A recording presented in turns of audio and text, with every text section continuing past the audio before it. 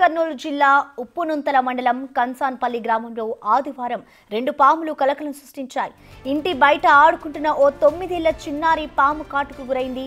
కాలుకు ఏదో కరిచినట్టు గమనించిన చిన్నారి పామును చూసింది.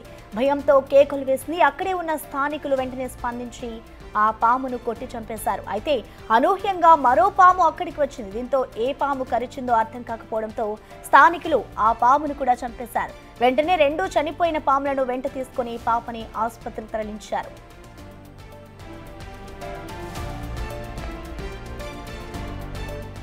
పాములను చూసిన వైద్యులు సరైన చికిత్స అందిస్తారని బంధువులు ఆశించారు. అయితే పాములను పరిశీలించిన వైద్యులు స్థానిక స్నేక్ క్యాచర్ సుమన్ ను సంప్రదించారు. వెంటనే ఆసుపత్రికి వచ్చిన సుమన్ ఆ పాములను పరిశీలించి ఆ 2 సర్పాలు విష సర్పాలు కాదని తేల్చారు. దీంతో పాప కుటుంబ సభ్యులు ఊపిరి పీల్చుకున్నారు. పాపకి ప్రాథమిక చికిత్స చేసి ఇంటికి పంపించారు వైద్యులు. నీరు కంటి పాములు విష సర్పాలు కాదని, అవి కరిచినా అంత ప్రమాదం ఉండదని సుమన్ అన్నారు.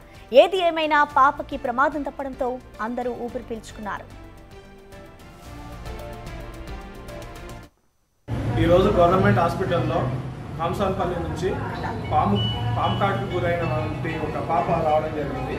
ఇవి నీరు కట్టే పాములు, ఇవి విషం లేని పాములు. వీటిని గుర్తించి ఎలాంటి హాని లేదని చెప్పడం జరిగింది.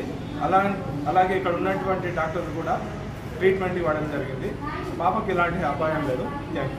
ఈరోజు గవర్నమెంట్ హాస్పిటల్లో కంసాన్పల్లి నుంచి